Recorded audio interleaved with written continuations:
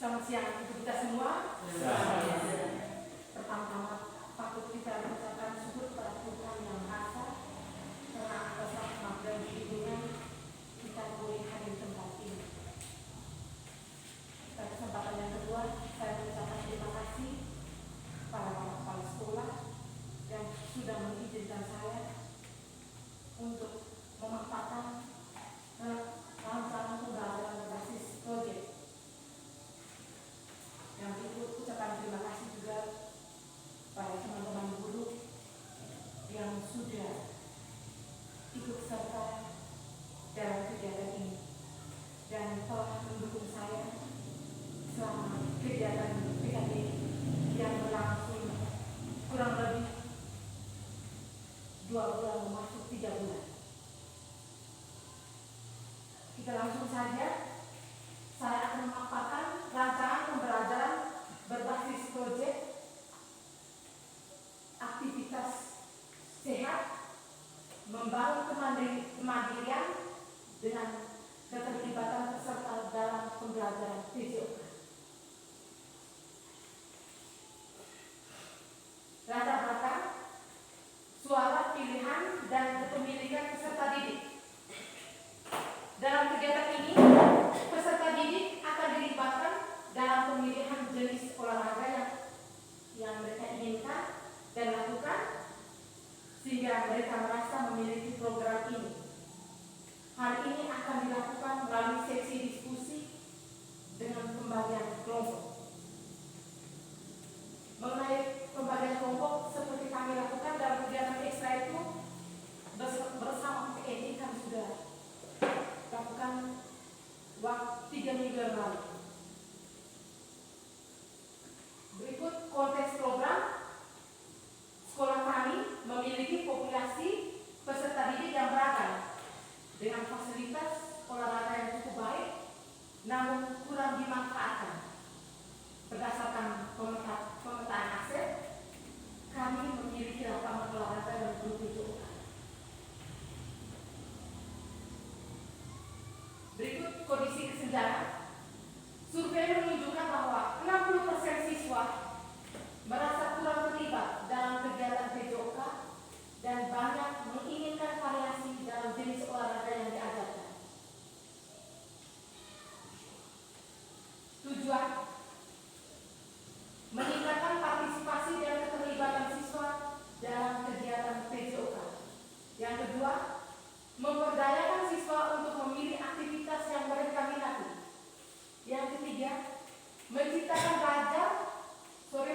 lingkungan belajar yang inklusif dan menyenangkan. Yang keempat, mengembangkan keterampilan fisik dan sosial siswa melalui kolaborasi.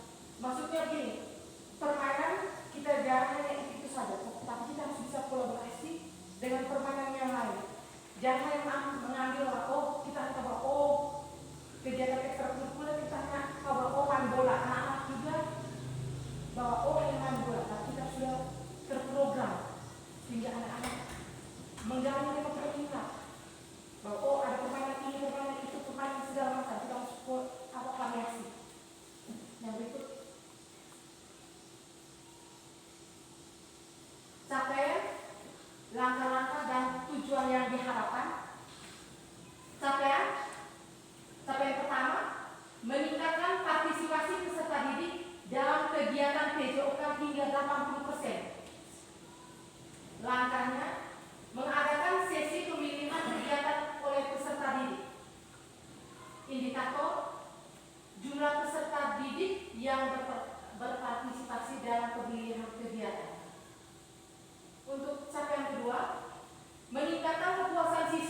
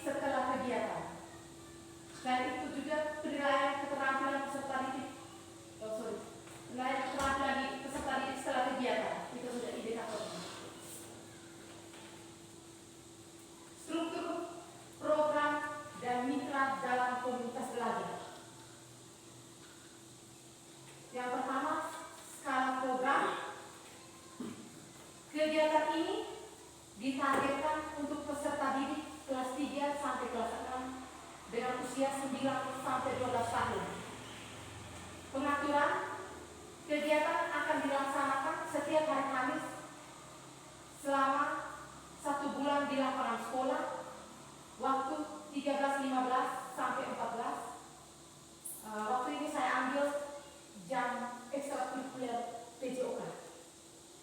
Mitra berkolaborasi dengan guru PJOK, orang tua, dan komunitas lokal untuk mendukung kegiatan ini. Pernyataan kapasitas yang dimiliki kelas 1 sekolah, kapasitas sumber daya yang kita miliki di sini sekolah, yang ada di sini sekolah, fasilitas lapangan olahraga, alat olahraga, bola, matras, dan lain-lain. Yang berikut, tenaga pengajar, guru PJOK, rekan sejawat, dan siap berkolaborasi.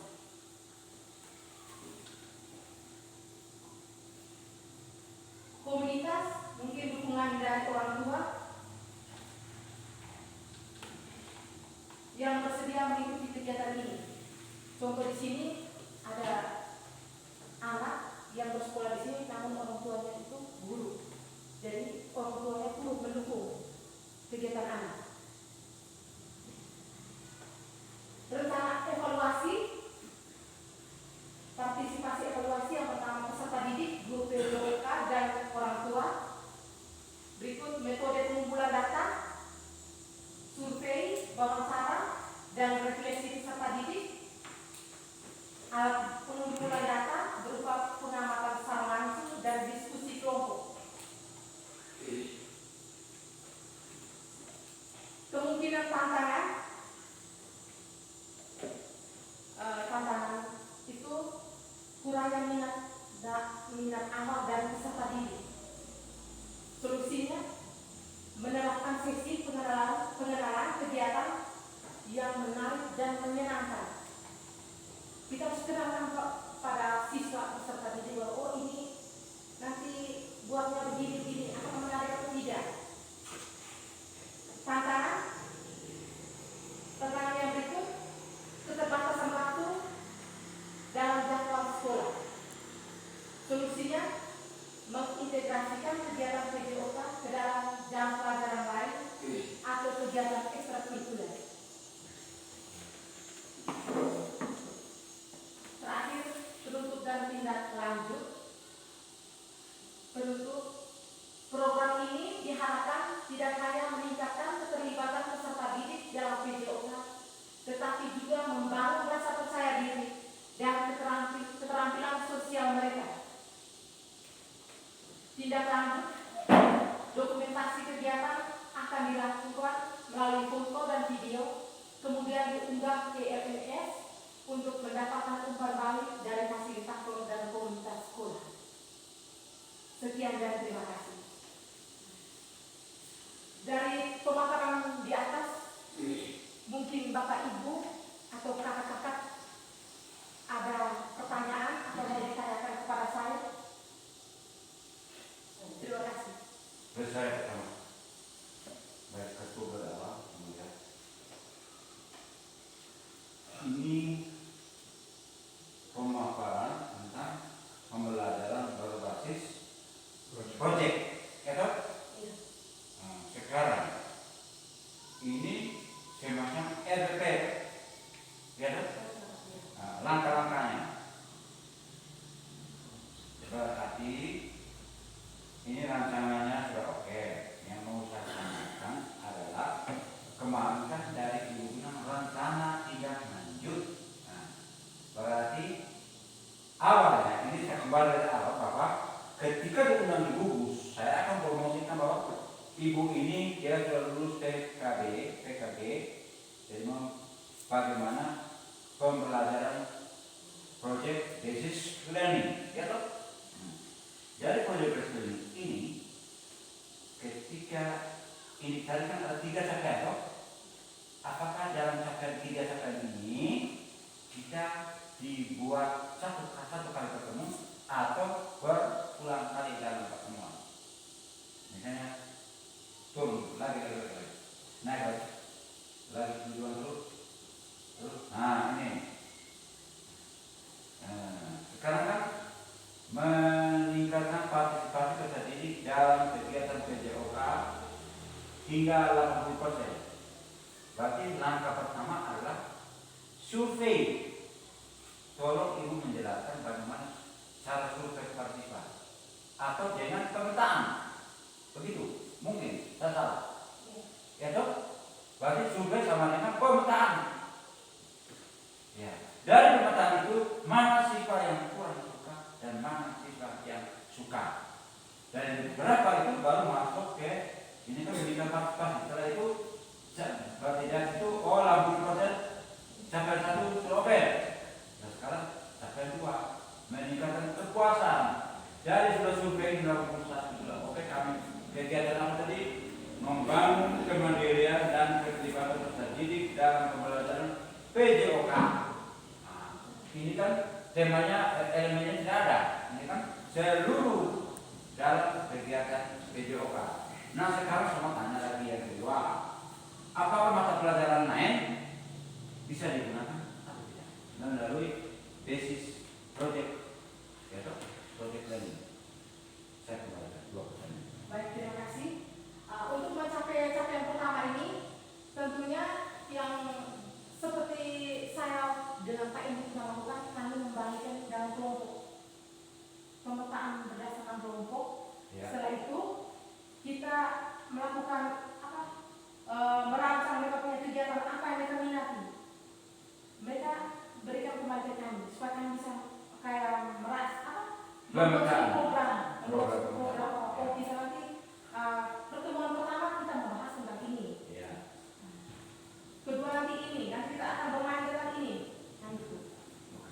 Setelah itu untuk menjawab pertanyaan yang kedua, sebenarnya ini juga bisa untuk PBJL project berbasis learning ini bisa saling antar guru ini kita kolaborasi. Kita membuat satu project dengan pertanyaan P5 Bu. P5 macam kemarin Mama Agus ataukah saya sendiri pernah melakukan project P5 itu bersama balik kelas 4, guru kelas 4 menanam ubi kayu keripik, dan hasilnya kita sudah menikmati bersama-sama bersama anak yang sekarang sudah duduk di kelas 6. Baik, itu menyangkut dengan program. Jadi saya katakan dengan sosial ini arti ini sosialisasinya pembelajaran berbasis proyek. Ini sama garis supaya teman-teman juga bisa bertanya. Semakin bertanya supaya kita bisa tahu dalam sendiri. Hai Tris, ini bagaimana? Ya toh. Forum ini yang terbuka. Ya, saya lanjutkan lagi. Mungkin pertanyaan kedua. Bagaimana Bunda? Baik, terima kasih kepada Ibu Menteri yang memberi materi. Ada satu pertanyaan dari saya. Bagaimana cara agar rancangan ini dapat meningkatkan keterlibatan siswa? Baik, untuk meningkatkan keterlibatan siswa seperti yang telah saya jelaskan tadi, yang pertama mereka siswa tersebut memilih sendiri permainan apa yang mereka sukai.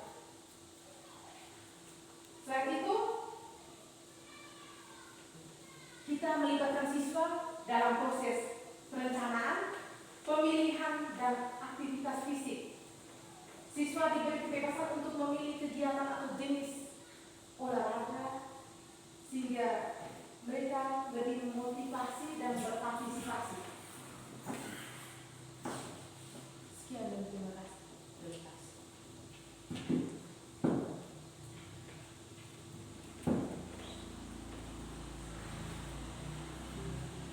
Mungkin ada pertanyaan lagi? Ya, dari saya. Terima kasih atas kesempatan yang diberikan kepada saya. Hanya satu pertanyaan. Bagaimana cara program ini dievaluasi? Terima kasih. Baik, terima kasih. Program ini dievaluasi dengan cara pengumpulan umpan balik dari peserta didik, dari guru, selain itu observasi secara langsung terhadap partisipasi, keterlibatan siswa, serta penilaian terhadap pencapaian tujuan tujuan yang telah ditetapkan dalam program. Sekian. Gimana itu dari? Paham. Bermanfaat sudah. Baik, terima kasih atas kesempatan yang diberikan. Ada satu pertanyaan lagi. Apa harapan Anda terhadap peserta setelah mengikuti kegiatan ini? Harapan saya tentu mungkin bisa menjadi harapan untuk kita semua bahwa program ini diharapkan dapat mengembangkan sikap positif terhadap aktivitas siswa. Mereka lebih percaya diri